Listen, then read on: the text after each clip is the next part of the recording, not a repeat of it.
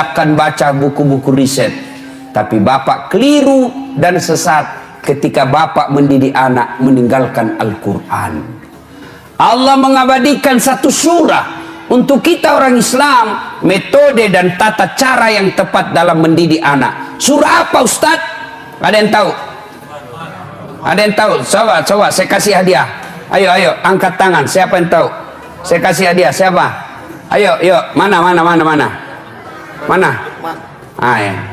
Anak muda. Siapa? Surah apa? Angkat tangan, sebut, naik ke sini. Nah, berapa Pak? Surah ayat. Karena Bapak lupa ayatnya cuma 50, Bapak hadiah. Hadiah. Siapa yang tahu surah apa? Ya kan sudah ditahu, surah Luqman. Ayat berapa? Ayo Bapak. Ayat 12 sampai pokoknya ayat 12 sampai dan seterusnya. Ini hadiahnya Pak. Coba Pak. Lain-lain itu rasanya uang Ustadz Pak.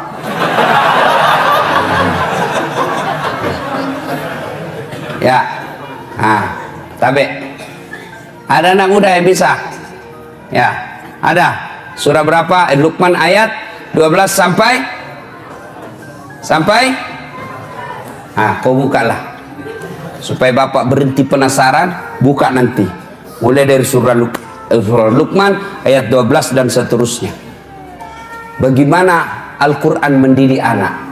Di situ, ya bunayya la tusrik billah. Wahai anakku, jangan kau menserikatkan Allah. Itu dulu ajarkan anak-anak kita.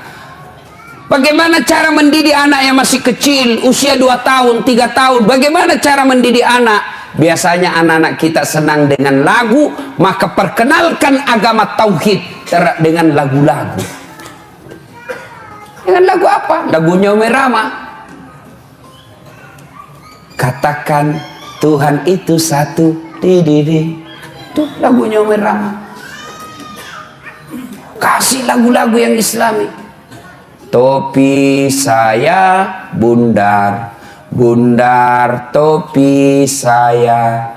Kalau tidak bundar, bukan topi saya. Ya pastilah karena kepala kita bundar.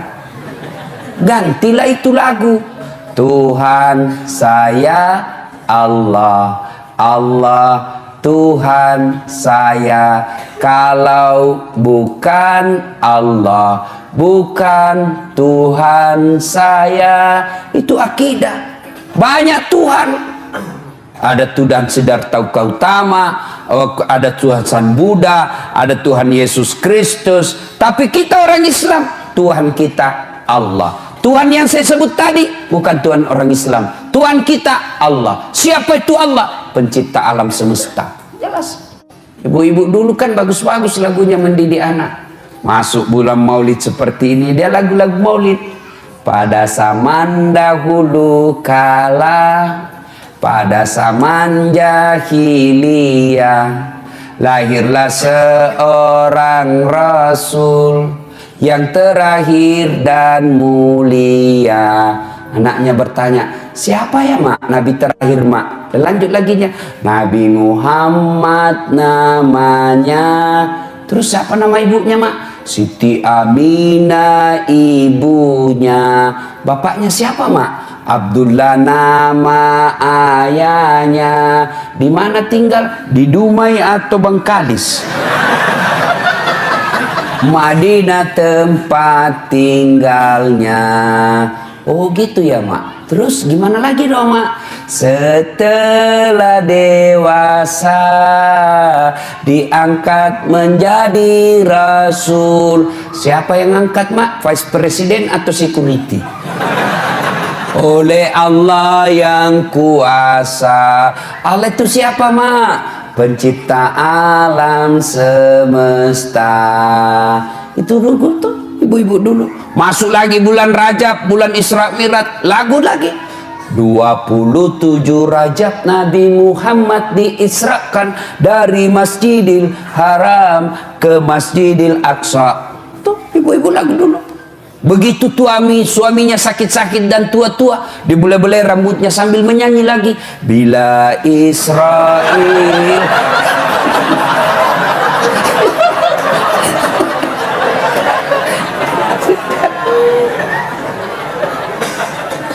Kenalkan akidah melalui lagu-lagu.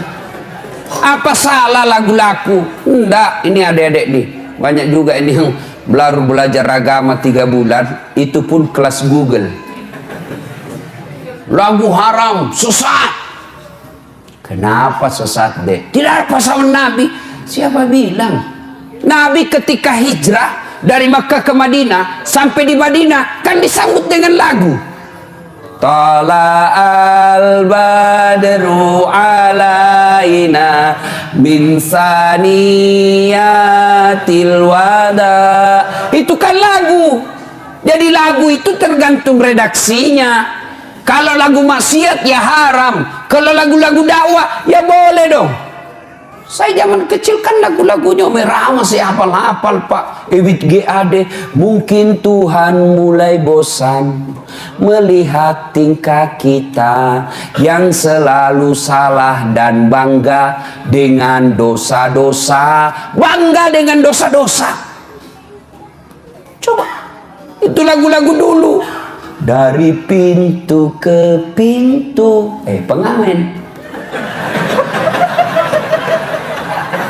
Lagu-lagu dulu Pak. Lagunya Umar Ahmad kita hafal-hafal Pak. Mengapa minuman itu haram? Karena merusak kepikiran. Itu lagu-lagu dulu Pak. Sekarang lagunya anak-anak. Pulang-pulangku berbadan dua.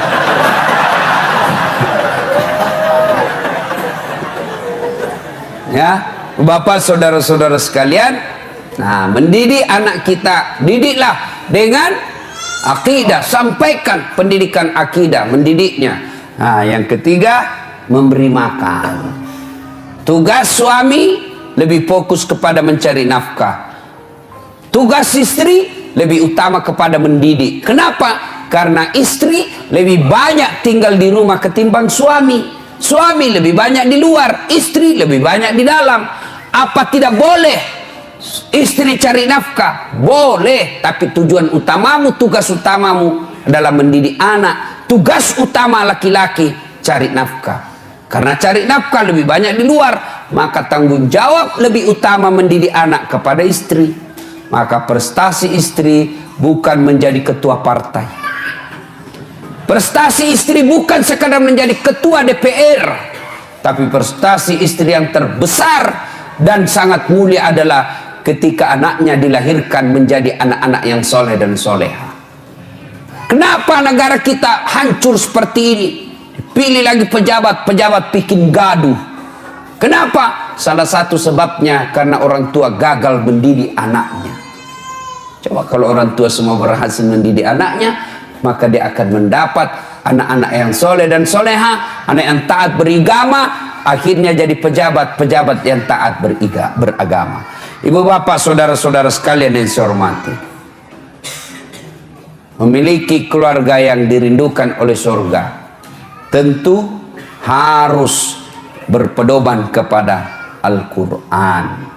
Maka tidak boleh menyandarkan rumah tangga semata-mata karena dunia semata. Karena dunia ini, wa mal hayatud dunya illa mata'ul hurur. Dunia ini hanya tipu daya semata. Dunia ini tempat transit. Tujuan kita yang terakhir akan adalah sampai di akhirat. Maka Nabi mengajarkan, kejarlah duniamu seolah-olah kau akan hidup selama-lamanya. Tapi jangan lupa kejar akhiratmu seolah-olah kau akan mati besok. Maka berimbang. Dunia tempat untuk mengejar akhirat. Akhirat adalah tujuan akhir kita. Jangan sampai terminal kita yang namanya dunia ini, tempat transit kita yang namanya dunia ini, kita menghalalkan segala cara, lalu kita melupakan tujuan akhir kita yaitu akhirat, akan keraknya neraka ditempati orang munafik. Innal munafikina fid-darkil asfali minan nar. Sesungguhnya tempat orang munafik itu ada di keraknya neraka. Siapa orang munafik? Ada 3 karakternya orang munafik. Dipercaya dia khianat, berbicara dia bohong, kemudian berjanji dia dusta. Nah, kita lihatlah ini. Waktu kampanye banyak janjinya, pilih saya, kalau kau pilih saya, telepon saya 24 jam. Begitu dipilih, dia ganti nomor HP-nya. Kau akan menjadi bahan bakar api neraka. Karena ada orang begitu, Pak. Kasihan, dia pikir dunia ini adalah tujuan akhirnya. Jadi pejabat-pejabat pengkhianat, jadi pejabat-pejabat yang korup, maka nanti di akhirat kalian akan setengah mati menghadapi azab. Kalau Bapak berdosa sama saya, Pak, satu aja Bapak tempati bertobat, datang saya maafkan, selesai persoalan. Tapi kalau Bapak menjadi pejabat, maka bukan cuma saya yang Bapak datangi semua pembayar pajak yang ada di Indonesia. Saya lihat kalau ada pejabat korup, janji bohong, ketawa-ketawa, nyengir-nyengir, saya bilang, tunggu sakaratil maut. Tunggu, kau mau kemana? Kau pasti ketemu sakaratil maut. Dan ketika tiba saatnya, kalau dosa kepada Allah, Pak, gampang tobatnya. Saya kalau lihat pejabat yang nakal, bajingan, mengkhianat, saya bilang, kok bikinlah yang kau bikin. Kan Jibril kan pernah bernasihat sama Nabi, Muhammad, lakukan apa yang kau mau lakukan, tapi ingat pasti kau mati. Mau kemana? Nggak, saya lihat itu pejabat, bikin saja, kau kemana, pasti kau mati.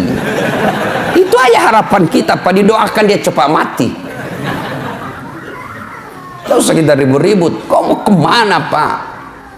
Bapak dosa sama saya, dosa kepada Allah gampang. Andai saja boleh kau memilih dosa kepada Allah dengan dosa kepada tetanggamu, dosa kepada rakyatmu, lebih kau dosa kepada Allah. Kenapa? Dosa kepada Allah gampang tobatnya, dosa kepada manusia susah tobatnya. Dosa kepada Allah, menyesal, mengakui, tidak ulang, ganti dengan kebaikan, selesai urusannya. Tapi kalau sama manusia, Bapak harus datang minta maaf sama yang Bapak pernah sakiti. Jadi bupati-bupati pengkhianat, seandainya dilihat itu, Pak, tanggung jawabnya sebagai pemimpin, tidak ada orang mau ikut pilkada, Pak. Susahnya jadi pemimpin, Pak.